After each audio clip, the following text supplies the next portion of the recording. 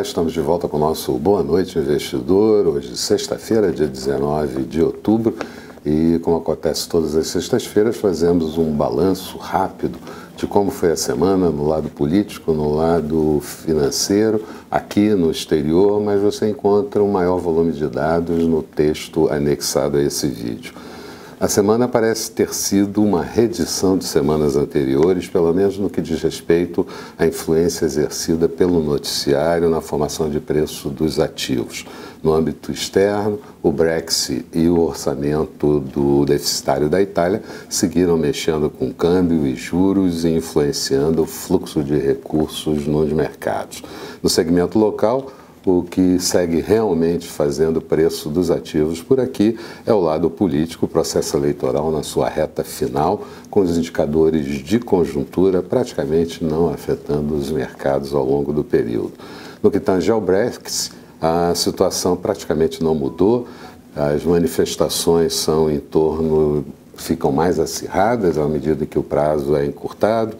Theresa May, primeira-ministra, muito fragilizada, alega que o seu plano Brexit não mudou e acena com a possibilidade de alongar o prazo da transição da saída do Reino Unido da União Europeia e também a União Europeia esperando que o Reino Unido mostre outras condições e principalmente com relação à fronteira dura com a Irlanda. Pelo sim, pelo não, o Banco Central inglês faz estudos e simulações do impacto do Brexit na economia do Reino Unido, principalmente considerando uma saída desorganizada do Brexit. Na preocupação com a Itália fica por conta do orçamento com déficit de 2,4% do PIB, deixando a União Europeia e membros do segmento muito nervosos. Jean-Claude Juncker disse que a União Europeia, sem a Itália, fica extremamente fragilizada e pode até terminar. Então, isso é um quadro a ser considerado. A preocupação com o déficit, com o sistema bancário fragilizado da Itália, nível de endividamento do país, e isso acabou mexendo com as taxas de juros, principalmente os títulos BTPs da Itália subiram forte ao longo da semana. Na zona do euro, o superávit da balança comercial do mês de setembro subiu para 16,6 bilhões de euros. A inflação anualizada até o mês de setembro mostrava 2,1%, comportada, é verdade, e mais ainda o núcleo, com uma expansão de 0,9%. O Banco Central Europeu, o BCE, parece não ter, nesse momento, condições de fechar um pouco a política monetária, já que a Itália preocupa toda a região e isso pode trazer consequências, principalmente com relação à vulnerabilidade de países emergentes e à dívida crescente dos governos, que também preocupa. Do outro lado do mundo, falando um pouco da China, preocupa a avaliação de que a economia chinesa está se desacelerando. Em compensação, a inflação também parece bem controlada. O CPI, preço ao consumidor do mês de setembro, está em 2,5%. Os investimentos não financeiros por lá no exterior somaram em 2018 até aqui, setembro, 82 bilhões de dólares, e o investimento externo direto, o IED, como nós chamamos, mostrando um ingresso de recursos de 11,5 bilhões de dólares no mês de setembro. Saldo da balança comercial da China no mês de setembro, superávit de 31,7 bilhões de dólares, e contra os Estados Unidos, que tem todo aquele problema de guerra comercial, um superávit de 34,1 bilhões, em alta inclusive, função em parte de antecipação com relação à aplicação de tarifas. Tivemos ainda na China uma bateria de dados sendo anunciada no último dia da semana, produção industrial crescendo 5,8%, vendas do varejo crescendo 9,2%, mais até do que o esperado, isso, claro, em base anualizada, e os investimentos em ativos fixos urbanos nos 9 primeiros meses mostrando uma expansão de 5,4%. A leitura do PIB do terceiro trimestre também foi de desaceleração. No trimestre passado, anualizado, era 6,7%, agora no terceiro trimestre fica em 6,5%. Nos Estados Unidos, Donald Trump fica querendo copiar a política do Big Stick de Roosevelt, de botar ordem na casa dos vizinhos. Os Estados Unidos, ao longo da semana, ampliaram a sanção contra o Irã, 22 instituições financeiras e alguns fundos que, segundo os Estados Unidos, financiam a milícia Brasil. Discutem também com a Arábia Saudita o sumiço do jornalista em representação diplomática, briga com a China, briga com a Coreia do Norte e até pitaco na atuação do Banco Central americano, o Fed, sobre política monetária, com Donald Trump se dizendo insatisfeito com a elevação rápida, segundo ele, dos juros americanos. Durante a semana, o Fed divulgou a ata da última reunião sobre política monetária. Ela veio um pouco mais dura do que as anteriores, mostrando também que a economia segue forte, apesar dos problemas e riscos no segmento comercial internacional. Da ata, retiraram a sentença de política acomodatícia para a área monetária e vislumbram riscos de países emergentes vulneráveis. Aí leia-se Turquia, leia-se Brasil, leia-se Argentina, leia-se vários países, Indonésia inclusive.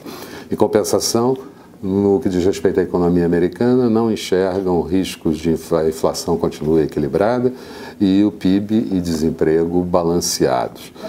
Mas, ao mesmo tempo, a ata mantém ainda viva a possibilidade de mais uma elevação da taxa de juros americana na reunião de dezembro, de 0,25%, e possivelmente mais 3 altas da taxa de juros ao longo do ano de 2019.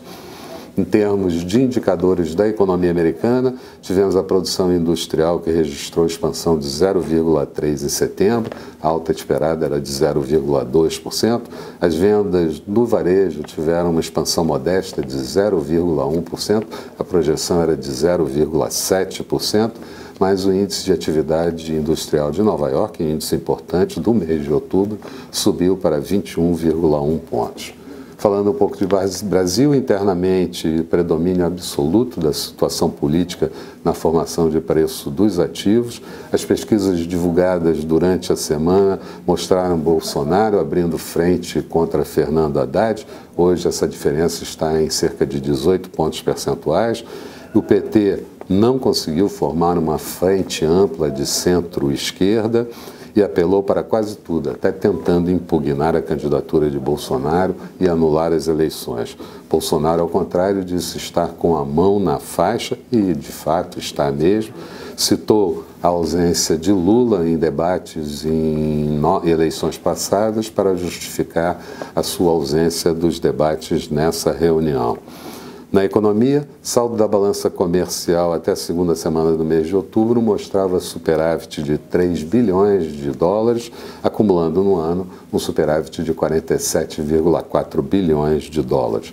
O Banco Central também anunciou ao longo do período o índice IBCBR, uma prévia do PIB referente ao mês de agosto, uma expansão de 0,47% no ano, o PIB rodando numa expansão de 1,28%, apesar de ter melhorado um pouco, certamente não anima ninguém em termos de mudar a perspectiva de um PIB muito pequeno no ano de 2018, ali beirando 1,2%, 1,3%. No mercado acionário, os investidores estrangeiros sacaram recursos da Bovespa. Até a sessão do último dia 17 do 10, o fluxo no mês estava negativo em 293 milhões de reais. Desde o dia 9 do 10 até hoje já saíram 2,5 bilhões de reais, fluxo de ingressos no ano praticamente zerado, ficando em 800 mil reais apenas. Também tivemos, ao longo da semana, o início da safra de resultados referente ao terceiro trimestre, principalmente nos Estados Unidos, e os resultados até aqui positivos. Resumindo um pouco da semana, a Bovespa terminou a semana com uma alta de 1,57%, índice 84.219 pontos. No último dia da semana, alta de 0,44%. Dow Jones fechou a semana também no positivo, alta de 0,41%. Nasdaq no negativo de 0,63%. Dólar por aqui na semana encolheu 1,62%, moeda americana cotada a R$ 3,71. No último dia da semana, uma queda de 0,34%.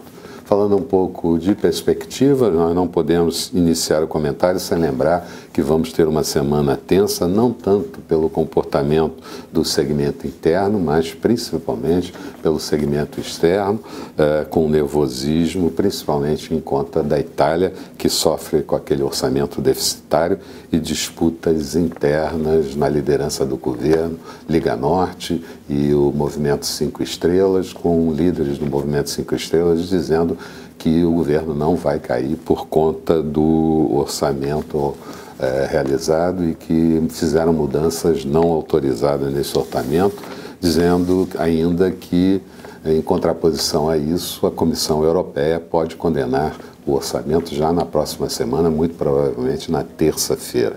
Certamente tudo isso gera instabilidade que transcende a própria Itália e afeta todos os parceiros da União Europeia, mexendo com juros de títulos e a precificação de ativos, levando-se em conta ainda a declaração de Jean-Claude sobre a importância da Itália continuar na União Europeia. Já que estamos falando de problemas no exterior, a gente não pode deixar de elencar os conflitos comerciais dos Estados Unidos, principalmente com relação à China, a própria instabilidade de curto prazo na economia chinesa. Aliás, o governo fala em flexibilizar ainda mais a política monetária e pode, inclusive, reduzir a taxa de juros. Mas certamente são riscos que devemos considerar como importante. Além disso, riscos diplomáticos com relação à Síria, o Irã e, mais recentemente, com relação à Arábia Saudita, que é um importante parceiro comercial dos Estados Unidos, principalmente no que diz respeito à indústria de armamentos. No âmbito interno, a situação política parece melhor definida, faltando uma semana para o segundo turno, a eleição majoritária indica que Bolsonaro dificilmente perderá para Haddad. Assim, ficamos na dependência de avaliar a equipe que o candidato vai formar, principalmente na área de economia, quais são os projetos a serem tocados e, além disso, a profundidade das reformas, a celeridade da reforma e aí também incluído a base de apoio do parlamento. Do ponto de vista da análise técnica, seria importante que o índice Bovespa conseguisse superar a barreira novamente dos 86.200 pontos, abrindo espaço para buscar objetivo lá no recorde acima de 88 mil pontos. E principalmente a volta de fluxo de recursos para o mercado, principalmente de investidores estrangeiros, e nesse aspecto é possível intuir que os investidores que retiraram dinheiro nos últimos dias possam voltar com a cabeça mais de médio e longo prazo, comprando ativos e, com isso, puxando um pouco os mercados. Eram essas as principais considerações que eu gostaria de fazer. Tenham todos um bom final de semana. Voltamos na próxima segunda-feira com o nosso Bom Dia Investidor aqui bem cedinho e eu aguardo vocês. Até lá.